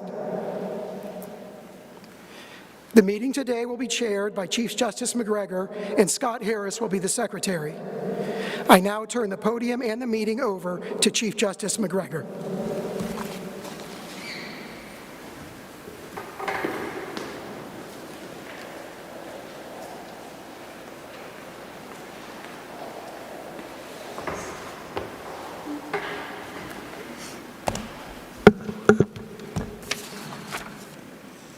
Good afternoon, Chief Justice, members of the court, Mr. Solicitor General, members of the O'Connor family, and members of the Supreme Court Bar. On July 7, 1981, when President Reagan nominated then Arizona Judge O'Connor to become the first woman to serve on the United States Supreme Court, the world changed for Sandra O'Connor, and it is no exaggeration to say, for women in general and women in law in particular. The significance of the moment did not escape Justice O'Connor. She noted in a 2004 commencement address that President Reagan's decision wasn't just about her. It was about women everywhere. It was about a nation that was on its way to bridging a chasm between genders that had divided us for too long. That chasm and the lost opportunities it represented for women was much evident in Justice O'Connor's unique path to the Supreme Court. The legal profession, like most other professions, was not a meritocracy during the 20th century. It is important to remember how hard women, people of color, and others fought to make the workplace more democratic and inclusive. Justice O'Connor was a leader in that fight through her personal life, her professional life, and her work on the court itself. From the viewpoint of many, Sandra Day O'Connor was an unlikely nominee. Her professional history was not typical for a Supreme Court justice. She had not been a partner in a well-known law firm, had not held a leadership position in any presidential administration, had not served on the federal bench, or as a law dean. Her lack of experience in those areas, of course, had nothing to do with her ability or ambition. The simple fact was that, for much of her career, entrance to those positions was guarded, in all but a few rare and scattered instances, by doors marked males only. These obstacles may have altered Sandra O'Connor's path, but as her quarter century on the court would reveal, her non-traditional road to the court helped her develop other skills that served her well. She was no stranger to being the first or only woman. Looking back, it seems incredible that as late as 1973, she was the first woman ever to serve as majority leader in a state senate. When she was elected to the trial court in 1974, she was one of just 3 women, 2 elected just that year. And when she was appointed to the Arizona Court of Appeals in 1979, again, she was the only woman on the court.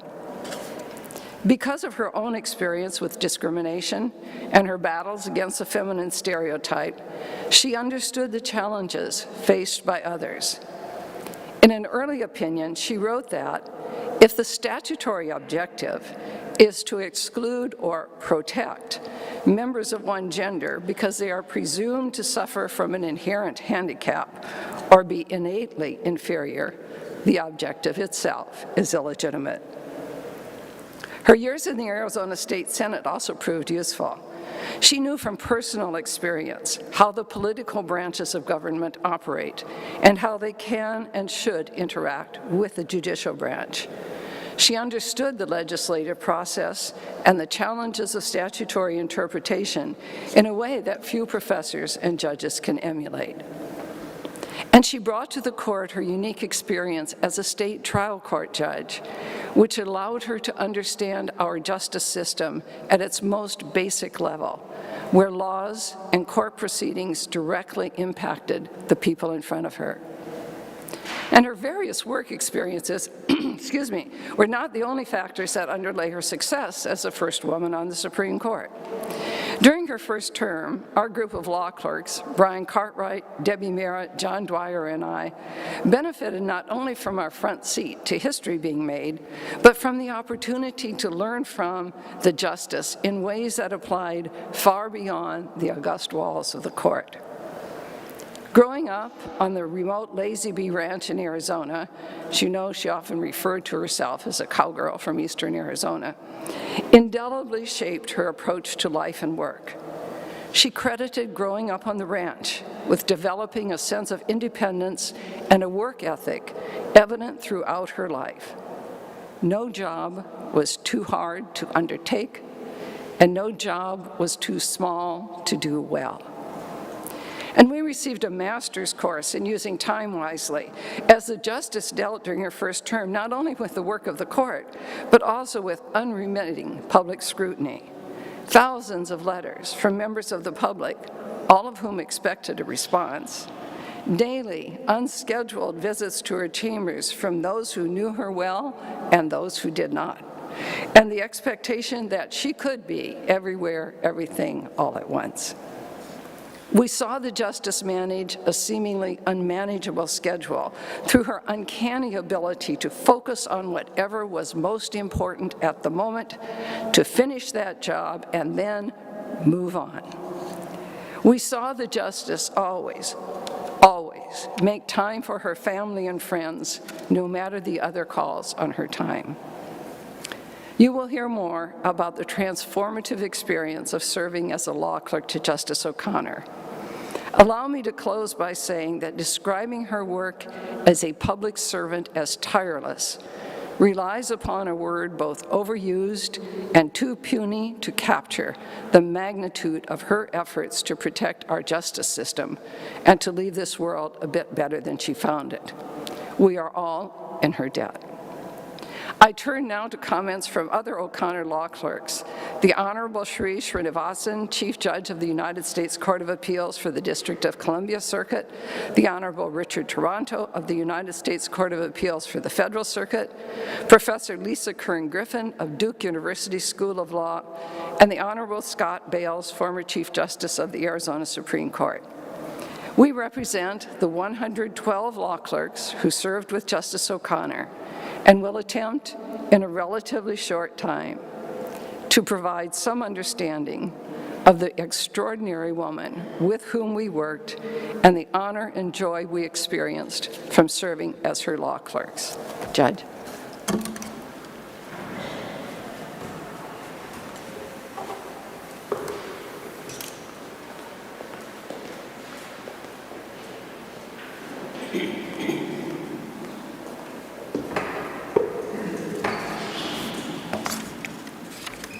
Thank you, Ruth, and good afternoon, everyone. This gathering happens to take place in the middle of Women's History Month, and we pay tribute to a person who defines the category. By the time Justice O'Connor was appointed to the court, 101 men had served as its justices. She then joined it, bringing with her half of humanity. About our own sense of the significance of our appointment, I'll only say this, and I think we law clerks likely all share this impression. She recognized her profound place in history. How could she not? But she had zero sense of entitlement to occupy it. She was self-aware, even self-assured, but not at all self-impressed. She put her head down and simply did the work, and we got to bear witness. When I came to the court today, I sought to repeat what has become something of a ritual when I find myself in this building. What happens in the normal course is this. I walk down the hallway from the Maryland Avenue entrance and pause just before getting to the statue of Chief Justice Marshall and turn to my left and look up at the portrait of Justice O'Connor. And then I smile. It's an instinctive reaction, bound up in appreciation and in many reflections about being in her company. I'm pleased to share a couple of those experiences today. As Ruth mentioned, Justice O'Connor grew up on the Lazy Bee Ranch in Arizona. It's a fun footnote of history that of all people, Sandra Day O'Connor came of age in a place bearing the name Lazy. One would be hard-pressed to find a single word in the dictionary less suited to her. She was an irrepressible fount of energy. This was a person of action, not merely of letters. What counted to her was doing something, not just saying something, and doing it with resolve and pace, and then moving on to do something else. She poured her limitless reservoir of energy into her responsibilities and also into her relationships. She viewed those to be fundamentally interconnected. I'll relate a couple of stories to give a sense of how intently she cared for her relationships, and then a note about how she thought we should carry out our duties. She was legendarily devoted to her family, and she made evident to her law clerks that she had a keen interest in learning about our families too. So very early in my clerkship, I proudly showed her a recent magazine article that featured my youngest sister and the company where she worked, Yahoo. The piece turned out to pique the justice's interest in an unanticipated way. Upon seeing a picture of my youngest sister in the article, Justice O'Connor looked up and then proclaimed, "She needs to meet Jay O'Connor." Her youngest son, who was then single. And when Sandra Day O'Connor said something needed to happen, it usually did. Again, action, not just words. So they met for dinner, and they shared a good laugh about how it had come about. They had a very pleasant meal, even if it didn't ripen in quite the way the justice might have envisioned. Well, I also have another sister. No, that's not where this is going. This sister was married, and the justice took an interest in her and my brother-in-law, her husband, in a different way. I learned, again very early in my clerkship, that the justice was going to visit Washington University and St. Louis Law School to help dedicate its new facility, Anheuser-Busch Hall. I mentioned to her that my brother-in-law, coincidentally, had just begun his teaching career at that school, and my sister was also in St. Louis with him looking for a job. When the law school dean greeted Justice O'Connor upon her arrival, she rather quickly said to him, referring to my brother-in-law, "I understand Brad Junedef is a professor here. I'd like to meet him." That was rather beneficial for Brad standing at the law school as a rookie professor. She enjoyed meeting Brad, so much so that she would eventually hire him as her law clerk. But she could also poke fun at his expense. She so relished a good laugh, in her case, a distinctively punctuated one. And when I informed her later in the year that Brad had been voted sexiest professor by the students, I kid you not, she responded, "Well, I'll bet there was a lot of competition for that award."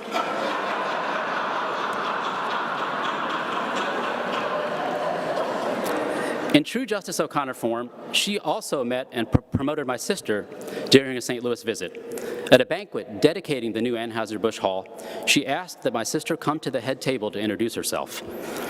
After meeting my sister, Justice O'Connor turned to her companion at the table, August Busch III, the CEO of Anheuser-Busch, and she said to him, "Augie, this is Shrija, who just graduated at the top of her class at Stanford Business School. You need to hire her." Sure enough, Anheuser-Busch called my sister and invited her to come for an interview, which she did. She ultimately opted to work elsewhere, but Justice O'Connor, in her quintessential way, had made quite an imprint on my sister's and brother-in-law's start in St. Louis. As I hope these stories convey, the justice intently cared for her relationships. She also intently cared for her responsibilities. Throughout, she thought it vitally important to act in a particular way. Always, always with civility and respect. She said the following about carrying out one's duties as a lawyer: "The whisper can be more dramatic and more compelling than the scream, and getting the job done should go hand in hand with courtesy." She rejected the idea that, as she put it, civility will somehow diminish zealous advocacy. Her emphasis on civility and respect seemed to carry through to her jurisprudence as well.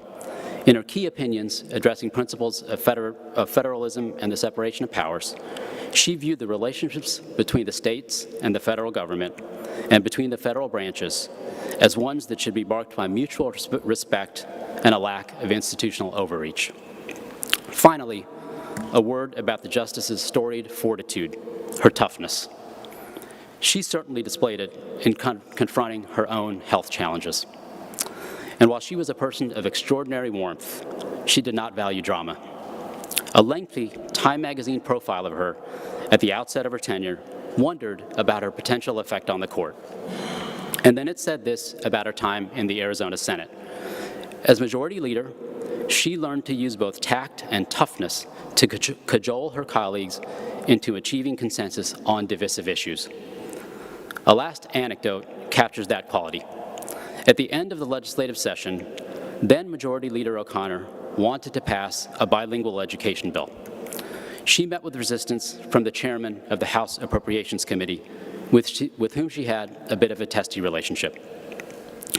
This kind of interaction would have never happened in her tenure on the court, but it exhibits her famed resolve along with her quick-wittedness.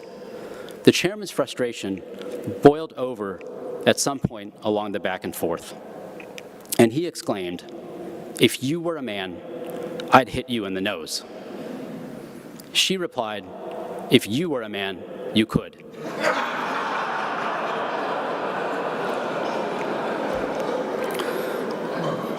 The chairman later relented, and the bill got through. The moral of the story? The chairman may have regarded himself as something of a tough SOB, but he ran into a tougher SOC. Sandra Day O'Connor was a most genuine American hero. Thank you, Justice, for the bright, warm light you shone on us all and the nation. Your light is an eternal flame, and your life an eternal blessing.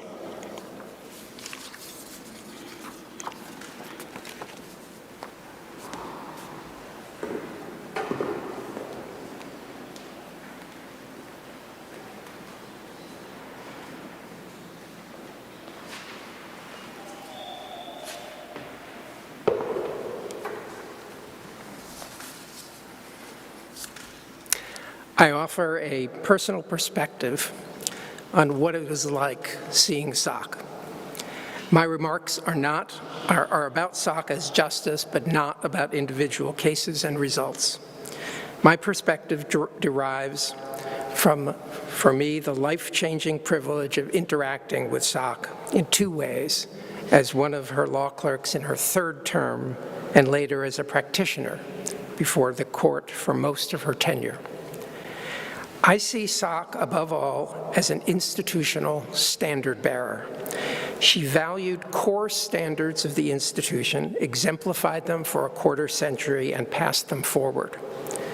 Although, of course, various standards do and must guide the institution, the prominent ones of SOC's practice were manifested in her authorial voice.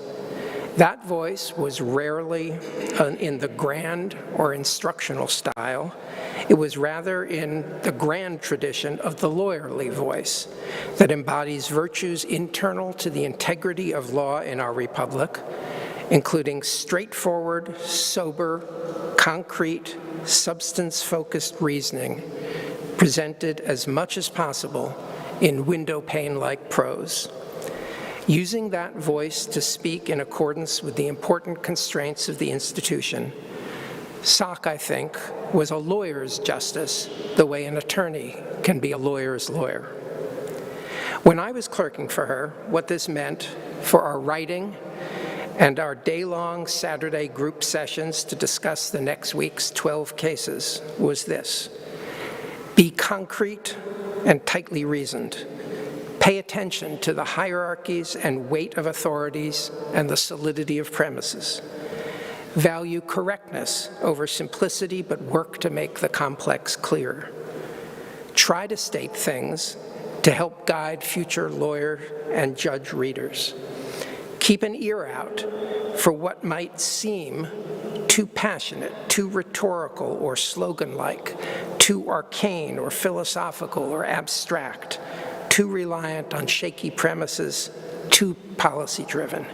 The idea was, even when pressing a strongly felt point, focus on giving reasons, ones that will register with someone not already convinced and not wanting to feel browbeaten. Think of that exquisitely pitched letter Sock wrote to the San Mateo County DA in 1952 at the age of 22 and a half. Sock's voice in these respects also guided me when I was a practitioner, writing briefs and preparing for oral arguments, because Sock's approach gave primacy to the types of rationales that matter to essentially all justices. For me, that was why she was the center of the court.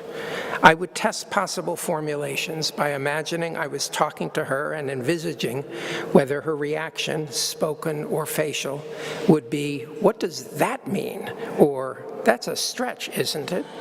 or worse. Looking back, I have long viewed Sock's approach to the justice job as aligning both with the circumstances of her arrival on the court and with her own general outlook.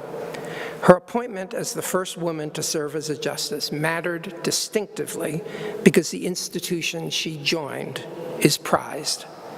That prizing has long rested heavily on the court's tradition of excellence in lawyerly reasoning, which is expected by the public and fosters public respect over time, if not by everyone, every day.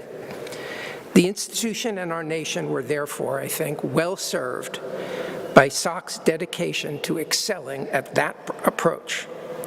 Following the core of our syncretic interpretive tradition, Sock focused in case after case on the challenges of arriving at and explaining concretely the most sensible resolution in light of precedents, text, and structure. She did not, I think, devote special energy to the important projects of methodological reform that got underway and matured during her tenure. Sock's approach to judging didn't just suit the institutional moment, but seemed to come naturally to her. Of course, she had big-picture views about how things should be, which included greatly valuing individual freedom and initiative. But to me, her central outlook was one of realism, how things are, in a sense that contrasts with passionate or sharply judgmental idealism.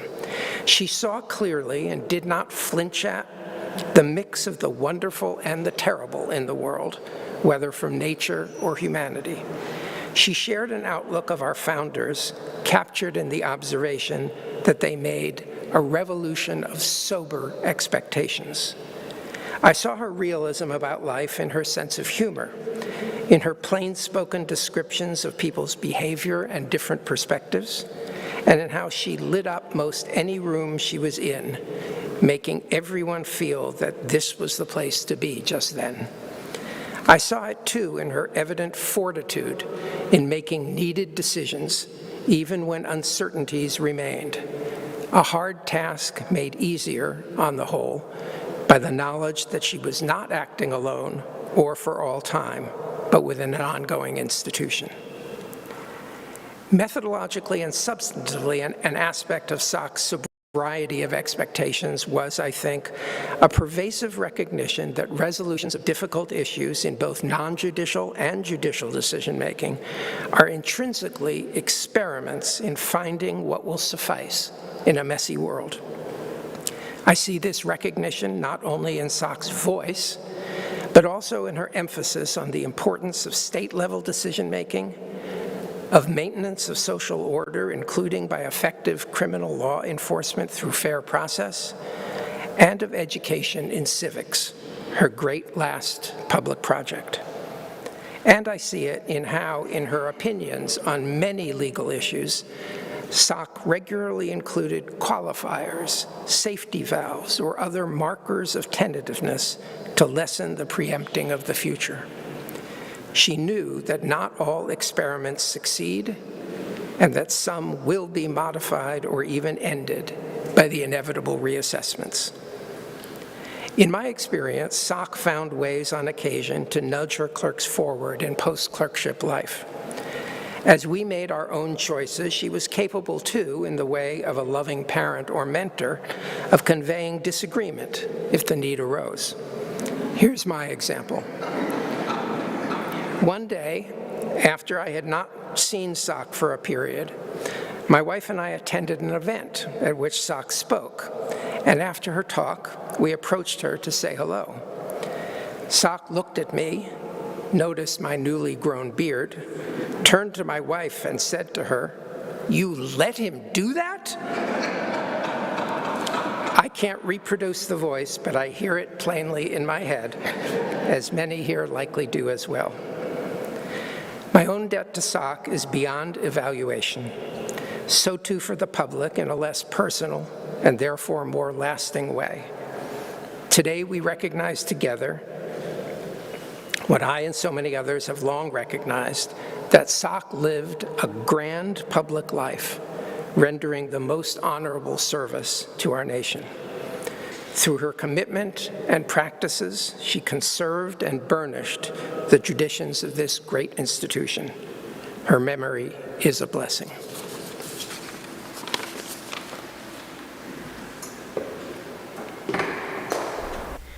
All right, everyone, we're going to cut in now. We do want to let you know that at 9 o'clock, we have 704 Unfiltered, followed by Bracket Busters. We're talking about all of the bracketology, all of the games that we've seen, all the games that we will see, and everything you need to know about March Madness. We'll see you soon. Thanks.